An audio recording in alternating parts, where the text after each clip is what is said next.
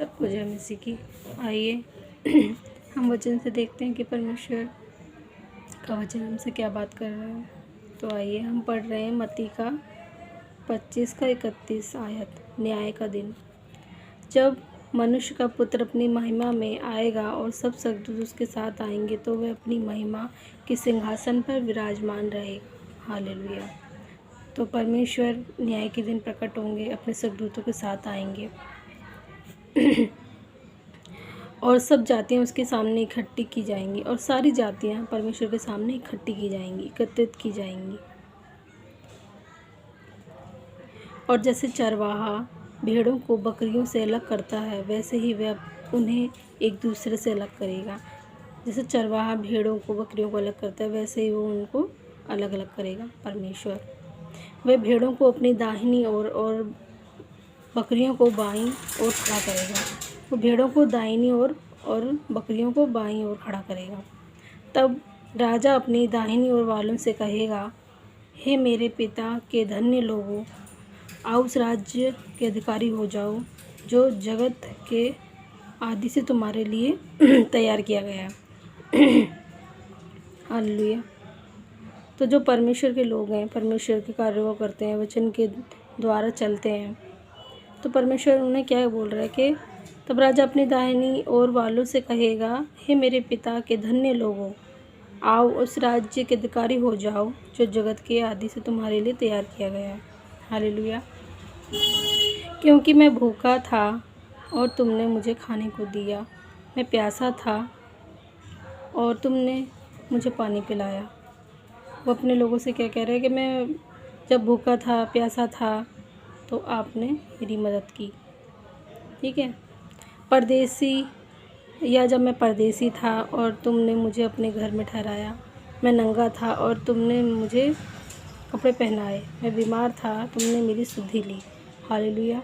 तो ये सब बातें परमेश्वर हमें क्या बता रहा है कि मैं ऐसे ऐसे परिस्थितियों से था तो आप मेरे साथ थे, आपने मेरी मदद की। ठीक है। मैं बंदीगृह में था और तुम मुझसे मिलने आए। हालेलुया। तब धर्मी उनको उत्तर देंगे, हे प्रभु, हमने कब तुझे भूखा देखा ये और खिलाया, या प्यासा देखा और पानी पिलाया। तो लोग कहेंगे, हमने तो परमेश्वर आपको देखा नहीं, और हमने तो आपको कब पानी पिलाया, कब खाना खिलाया, कब कपड़े पहनाए, है ना। तो ये सब बातें लोग कहेंगे। हमने कब तुझे परदेसी देखा और अपने घर में ठहराया, हमने कब तुझे परदेसी देखा और अपने घर में ठहराया, या नंगा देखा और कपड़े पहनाए, या तुझे नंगा देखा और कपड़े पहनाए। हमने कब तुझे बीमार या बंदीगृह में देखा और तुझसे मिलने आए, हमने कब तुझे बीमार या बंदीगृह में देखा जो हम तुझसे मिलने आए। हमने तो देखा नहीं। तो देखिए, आइए परमेश्वर हमसे क्या बात कर रहा है आगे। तब राजा उन्हें उत्तर देगा, तब जो राजा है हमारा परमेश्वर है, तब राजा उन्हें उत्तर देगा, मैं तुझसे सच कहता हूँ कि तुमने जो मेरे इन छोटों से छोटे भाइयों में से किसी एक के साथ किया वह मेरे ही साथ किया। हालेलुया। तो परमेश्वर का वचन क्या कह रहा है कि मैं सच कहता हूँ कि अगर मेरे जो भाई बहन हैं, जो विश्वासी भाई बहन हैं, अगर छोटे से छोटों के साथ भी तुमने जो भी व्यवहार किया है, कैसा भी किया है, तो वो मेरे साथ किया है। हालेलुया। वचन हमें साफ बता रहा है कि अगर आपने ये सब बातें उनके साथ की हैं, ठीक है, तो वो मेरे साथ की हैं। ठीक है, आगे पढ़ते हैं। तब वह बाईं ओर वालों से कहेगा, शापित लोगों के सामने से उन अनंत आग में चले जाओ। तब वह बाईं ओर वालों से कहेगा, हे शापित लोगों, शापित लोगों, मेरे सामने से उस अनंत आग में चले जाओ जो शैतान और उसके दूतों के लिए तैयार की गई है। ठीक है। मैं परमेश्वर यहाँ साफ करता है कि परमेश्वर जो इस सारे कार्य कोई इंसान नहीं करता है, उसके हृदय में किसी के लिए प्यार, प्रेम, दया ये सब नहीं होती है, तो परमेश्वर उन चीज़ों के लिए क्या बोल रहा है। देखिए, परमेश्वर ऐसे लोगों का कोई मतलब ही नहीं है।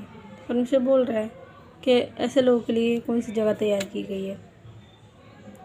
है ना, अनंत आग की जगह तैयार की गई है। क्योंकि मैं भूखा था और तुमने मुझे खाने को नहीं दिया, मैं प्यासा था और तुमने मुझे पानी नहीं पिलाया, मैं परदेसी था और तुमने मुझे अपने घर में नहीं ठहराया, मैं नंगा था और तुमने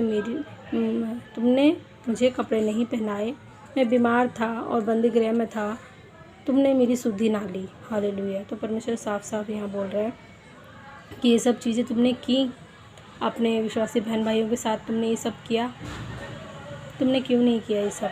परमेश्वर हमें सब साफ बता रहे हैं। तब वे उत्तर देंगे, हे प्रभु, हमने तुझे कब भूखा या प्यासा या परदेसी या नंगा या बीमार या बंदीगृह में देखा और तेरी सेवा टहल नहीं की। तब वे उन्हें उत्तर देगा, मैं तुमसे सच कहता हूँ कि तुमने जो इन छोटों से छोटों में से किसी एक के साथ नहीं किया, वह मेरे साथ भी नहीं किया। तो परमेश्वर यहाँ बता रहा है कि मैं तुम्हें सच कहता हूँ कि अगर ये सब बातें तुमने किसी भाई बहन के साथ में नहीं करी हैं तो वो मेरे साथ भी नहीं की हैं। ठीक है। और ये अनंत दंड भोगेंगे परंतु धर्मी अनंत जीवन में प्रवेश करेंगे। हालेलुया। तो परमेश्वर का वचन क्या बोल रहा है हमें कि हमें मदद करनी है, क्योंकि परमेश्वर का वचन हमें बताता है, क्योंकि परमेश्वर ने भी लोगों की मदद की। तो ये नहीं है कि हम लोग बोलेंगे कि कोई इंसान बोलेगा, अरे वो तो मदद मांग रहा है, वो तो मनुष्यों पे विश्वास कर रहा है। यहाँ मनुष्यों की बात है ही नहीं, ये हमारे स्वभाव की बात है। हमारे में परमेश्वर का स्वभाव आ रहा है या नहीं आ रहा है, ये परमेश्वर की बात है। ये परमेश्वर के वचन से, कलाम से है ये, कि हमारा अंदर परमेश्वर का हृदय आ रहा है या नहीं आ रहा है, हमारे अंदर परमेश्वर का स्वभाव आ रहा है नहीं आ रहा है, हम किसी की मदद करने के लिए तैयार हो रहे हैं नहीं हो रहे हैं। ऐसा हृदय होना चाहिए। कोई अगर भूखा है तो उसको खाना खिलाओ, कोई अगर प्यासा है तो उसे पानी पिलाओ, कोई अगर नंगा है उसके तन को ढक दो। हाँ, ये सब हमें करना है। कोई बीमार है तो उसकी बीमारी में उसकी मदद करो। कोई बंदीगृह में है, आपका कोई अपना भाई मसीह में या कोई भी, तो आप उससे मिलने जाओ। क्या हम ये सब करते हैं? क्योंकि परमेश्वर की सेवा तो हमें यही बता रही है, हमें ये सब करना है, हमें शुद्धि लेनी है एक दूसरे की। परमेश्वर हमारे साथ है, परमेश्वर तो हमारे साथ शुरू से ही था। परमेश्वर ने हमें चुना हुआ है, परमेश्वर हमारे साथ है। पर हमारे कार्यों को भी तो परमेश्वर देखता है ना, हम अपने कार्यों से ही तो पहचाने जाएंगे। हमें अपने बहन भाइयों की शुद्धि लेनी ही है, कि हमारे परमेश्वर का वचन है।